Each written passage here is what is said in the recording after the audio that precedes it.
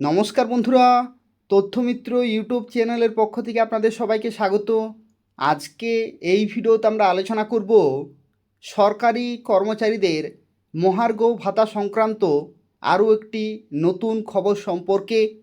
এবং দেখুন, ডিএ বাংলার 20% অর্থাৎ পশ্চিমবঙ্গে নতুন সরকার অর্থাৎ বিজেপি সরকার গঠন হওয়ার সাথে সাথে 20% ডিএডিআর বৃদ্ধি করার ঘোষণা করা হলো গতকালকেই।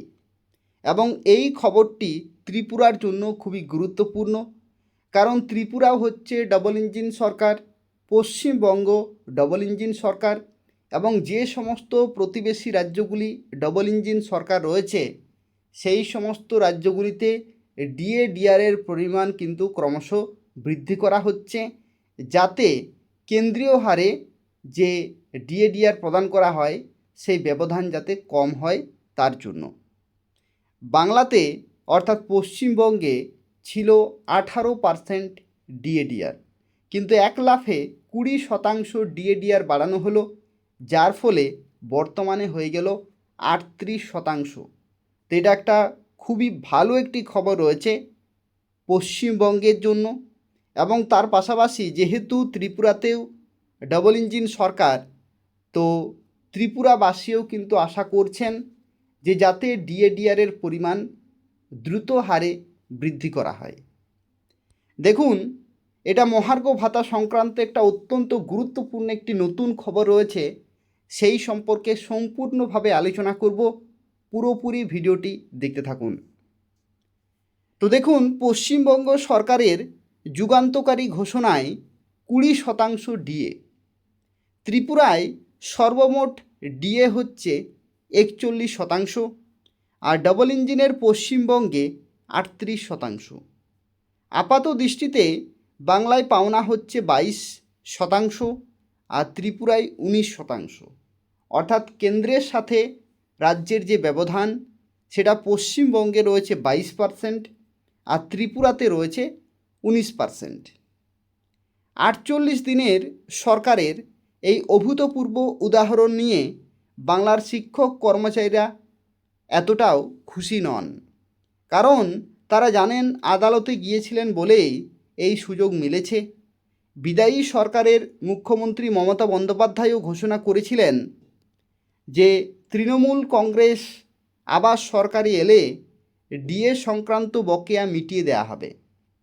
তৃণমূল কংগ্রেসের সরকার হলেও পশ্চিমবঙ্গে শিক্ষক কর্মচারীরা ডিএ পেতেন, কারণ তাদের অর্জিত অধিকার সুপ্রিম কোর্টের রায়ের ফলেই মিলেছে। ত্রিপুরার বামফ্রন্ট সরকারের আমলে বছরে দুবার ডিএ ঘোষণা হতো, জানুয়ারি ও জুলাই মাসে। বিজেপির ডবল ইঞ্জিন সরকারের আমলে ডিএ ঘোষণা হচ্ছে নির্দিষ্ট সময় অন্তর।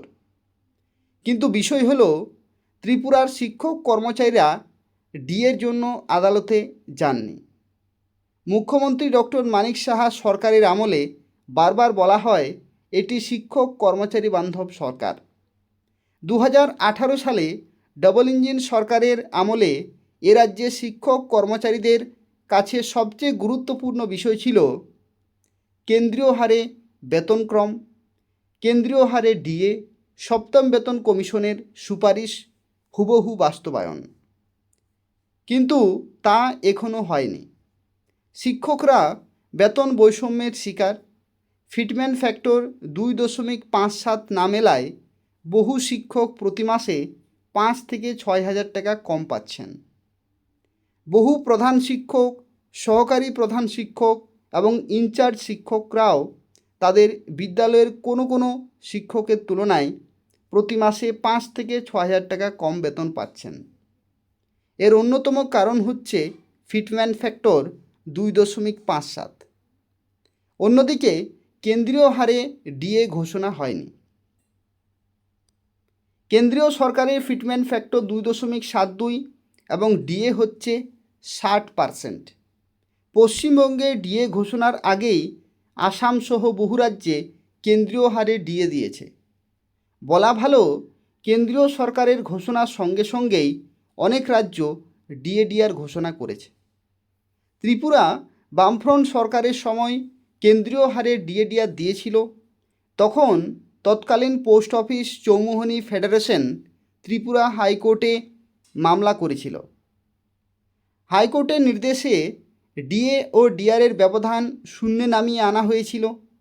এটাও সত্য যে বামফ্রন্ট সরকারের আমলে ডিএ ও ডিআর নিয়মিত দেয়া হতো। পাশাপাশি এসএসএ কর্মী, অঙ্গনওয়াড়ি কর্মীসহ আরও অনেক কর্মী ডিএ সদৃশ আর্থিক সুবিধা পেতেন। 2018 সালের পর সেই সুবিধা আর মিলছে না। ফলে অঙ্গনওয়াড়ি কর্মী এবং এসএসএর শিক্ষক কর্মচারীদের মধ্যে অসন্তোষ রয়েছে। এখন পশ্চিমবঙ্গে ডবল ইঞ্জিন সরকারের আমলে ডিএ ঘোষণাকে কেন্দ্র করে বিজেপির জয়গান শোনা গেলেও ত্রিপুরার প্রশ্ন উঠবে, এখানে 19% বকেয়া কেন? ফিটমেন্ট ফ্যাক্টর 2.72 নয় কেন? আসন্ন বাদল অধিবেশনে ডিএ ও ডিআর ঘোষণা হবে কি না তা মুখ্যমন্ত্রী ডক্টর মানিক সাহাই সবচেয়ে ভালো বলতে পারবেন। অর্থাৎ এই যে প্রতিবেশী রাজ্যগুলি রয়েছে, রাজ্যগুলিতে কিন্তু কেন্দ্রীয় হারে ডিএ ডিআর প্রদান করা হচ্ছে। তার সাথে সাথে এই যে সমস্ত অঙ্গনওয়াড়ি কর্মীরা বা আশা কর্মী, এই সমস্ত কর্মচারীদেরও কিন্তু বেতন বাড়ানো হচ্ছে বিভিন্ন রাজ্যতে। যেমন পশ্চিমবঙ্গেই গতকালকে যে বাজেট ছিল, সেই বাজেটে অঙ্গনওয়াড়ি অর্থাৎ আইসিডিএস কর্মী, সহায়িকা, আশাকর্মী তাদের 5,000 টাকা বেতন কিন্তু বৃদ্ধি করা হয়েছে। 5,000 টাকা বেতন বৃদ্ধি করা হয়েছে। এবং যে সমস্ত ছেলেমেয়েরা বেকার অর্থাৎ যারা এখনও পর্যন্ত চাকরি পাননি, তাদের জন্য কিন্তু ভাতা প্রদান করা হবে। অর্থাৎ যারা গ্র্যাজুয়েশন করেছে, গ্র্যাজুয়েশনদের জন্য 3,000 টাকা ভাতা প্রদান করা হবে প্রতি মাসে। আর যারা গ্র্যাজুয়েশনের নিচের কোয়ালিফিকেশনে আছে, তাদের ক্ষেত্রে 2,000 টাকা করে প্রতি মাসে প্রদান করা হবে, যাতে পড়াশোনার জন্য এই টাকা তারা কাজে লাগাতে পারে। তো এই যে সার্বিক দিক থেকে সবাইকে সহযোগিতা করা হচ্ছে, ত্রিপুরাতে এই ধরনের সহযোগিতা করা হলে কিন্তু ভালো হয়। অর্থাৎ ত্রিপুরাতেও প্রচুর বেকার যুবক যুবতী আছে এবং তারাও বিভিন্ন পরীক্ষার জন্য প্রস্তুতি নিচ্ছে। এবং ত্রিপুরাতে আমরা দেখেছি যে অঙ্গনওয়াড়ি কর্মী, সহায়িকা তারা নির্দিষ্ট সময়ে তাদের প্রাপ্য বেতনটুকুও পাচ্ছেন না। তো যাতে তারা ঠিক সময়ে তাদের বেতনটুকু পান, যাতে বেতন আরও একটু বৃদ্ধি করা হয়, তো তার দিকে কিন্তু নজর রাখতে হবে সরকারকে। কারণ পশ্চিমবঙ্গে গতকালকে বাজেটেই কিন্তু ঘোষণা করেছে যে 5,000 টাকা তাদের বেতন কিন্তু বৃদ্ধি করা হলো। শুধুমাত্র আইসিডিএস কর্মী, সহায়িকা বা আশা কর্মী নয়, যারা কন্ট্রাকচুয়াল রয়েছে তাদের জন্য 2,000 টাকা করে বেতন কিন্তু বৃদ্ধি করা হয়েছে। তো এই হচ্ছে তফাৎ। অর্থাৎ ডবল ইঞ্জিন সরকার থাকা সত্ত্বেও যে সমস্ত প্রতিবেশী রাজ্য, সেই রাজ্যগুলিতে কর্মচারীদের সুযোগ সুবিধা অনেক বেশি, অথচ ত্রিপুরাতে অনেক কম। ত্রিপুরার কর্মচারীরা কোনো না কোনোভাবে কিন্তু বঞ্চিত হচ্ছেন। যদিও তাদেরকে আদালতে যেতে হয়নি, কিন্তু তাদের যে প্রাপ্যটুকু সেটা কিন্তু ঠিক সময়ে তারা পাচ্ছেন না। অর্থাৎ 5 থেকে 6,000 টাকা তারা কম বেতন পাচ্ছেন প্রতি মাসেই। অর্থাৎ এই যে আর্থিক দিক থেকে তারা ক্ষতিগ্রস্ত হচ্ছেন, এটা কিন্তু বর্তমান সরকারের কারণেই হচ্ছে। এবং যাতে বর্তমান সরকার খুব তাড়াতাড়ি এই যে তাদের সঠিক প্রাপ্য যে বেতনটুকু, অর্থাৎ যে ডিএ ডিআরের যে ব্যবধান, সেটা যাতে কমিয়ে আনা যায় এবং যাতে যারা অনিয়মিত চুক্তিবদ্ধ কর্মচারী তাদের যাতে বেতন বৃদ্ধি করা হয়, তার জন্য কিন্তু সরকারকে ব্যবস্থা গ্রহণ করতে হবে। না হলে প্রত্যেকটা কর্মচারী, সাধারণ জনগণ, বেকার যুবক যুবতী প্রত্যেকেই কিন্তু ভোট বাক্সে জবাব দেবে। এই হচ্ছে অত্যন্ত গুরুত্বপূর্ণ একটি খবর। দেখা যাক পরবর্তী ক্ষেত্রে কি নতুন নতুন আপডেট আসছে, সেগুলি আমি আপনাদের এই চ্যানেলের মাধ্যমে জানিয়ে দেব। তো সেক্ষেত্রে তথ্যমিত্র চ্যানেলটি নিয়মিত ফলো করতে থাকুন। এই তথ্যমিত্র চ্যানেলটি প্রত্যেকে সাবস্ক্রাইব করে রাখুন আগামী দিনে প্রত্যেকটি খবর সময় মতো পাওয়ার জন্য। ধন্যবাদ।